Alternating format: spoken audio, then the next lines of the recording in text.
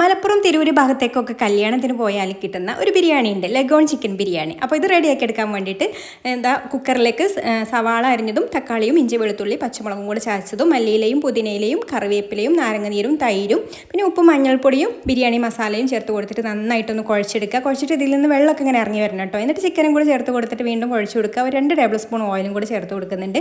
സമയം ഉണ്ടെങ്കിൽ 1 മണിക്കൂർ റെസ്റ്റ് ആവാൻ വേണ്ടി മാറ്റി വെക്കാം. പിന്നെ ഒരു 1/2 കപ്പ് വെള്ളം കൂടെ ഒഴിച്ച് കൊടുത്തിട്ട് കുക്കർ അടച്ച് വെച്ചിട്ട് ഇത് നന്നായിട്ട് വേവിച്ചെടുക്കാം. നല്ല വേവുണ്ടാവും കേട്ടോ. ഇതിന് എത്ര വെന്താലും ഇത് ഉടഞ്ഞു പോയില്ല. ഇനി റൈസ് വേവിച്ചെടുക്കാനുള്ള പാത്രത്തിൽ ആദ്യം കുറച്ച് ഉള്ളി പൊരിച്ച് മാറ്റി വെക്കുന്നുണ്ട് കേട്ടോ. ഇനി ഇതിൽ നിന്ന് കുറച്ച് ഓയിൽ മാറ്റി വെച്ചിട്ട് കുറച്ച് നെയ്യും കൂടെ ചേർത്ത് കൊടുത്തിട്ട് പട്ട ഗ്രാമ്പു ഏലക്ക ചേർത്ത് കൊടുക്കുക. പിന്നെ 1 കപ്പ് അരിക്ക് 1.5 കപ്പ് വെള്ളമാണ് ചേർത്ത് കൊടുക്കുന്നത്. അപ്പോൾ വെള്ളം ഒഴിച്ച് കൊടുത്തിട്ട് ഇഞ്ചി വെളുത്തുള്ളി പച്ചമുളക് ചതച്ചതും കൂടെ ഒരു 1/2 ടീസ്പൂൺ ഇതിലേക്ക് ചേർത്ത് കൊടുക്കുന്നുണ്ട്. ഇനി തിളച്ച് കഴിഞ്ഞാൽ പാകത്തിനുള്ള ഉപ്പിട്ട് കൊടുത്തിട്ട് നമ്മൾ കഴുകി ഊറ്റി വെച്ചിട്ടില്ല, ഞാൻ 3 കപ്പ് കൈമ റൈസാണ് എടുത്തിട്ടുള്ളത്. അതും കൂടെ ചേർത്ത് കൊടുത്തിട്ട് ഇളക്കി കൊടുത്ത് ലോ ഫ്ലെയിമിൽ വെച്ചിട്ട് ഇതൊന്ന് കുക്ക് ചെയ്തെടുക്കാം കേട്ടോ. ഒരു 70% ഒന്ന് കുക്കായി വന്നാൽ മതി. അപ്പോൾ ഇതുപോലെ വെള്ളമൊക്കെ ഒന്ന് വറ്റി കഴിഞ്ഞാൽ അരിൻ്റെ ആ ഒരു കടി ഒന്ന് മാറി കിട്ടണം. ദം ചെയ്യാൻ വേണ്ടിയിട്ട് മസാല ഞാൻ വേറൊരു പാത്രത്തിലേക്ക് മാറ്റിയിട്ടുണ്ട് കേട്ടോ. ഇനി ഇതിൻ്റെ മുകളിലേക്ക് റൈസ് ഇട്ട് കൊടുക്കുക. അതിൻ്റെ മുകളിൽ ഉള്ളി പൊരിച്ചതും മല്ലിയിലേക്ക് ഇട്ട് കൊടുത്തിട്ട് നന്നായിട്ട് ഒന്ന് കവർ ചെയ്ത് അടച്ച് വെക്കുക കേട്ടോ. ആവി ഒന്നും ഒട്ടും പുറത്തേക്ക് പോകാതെ.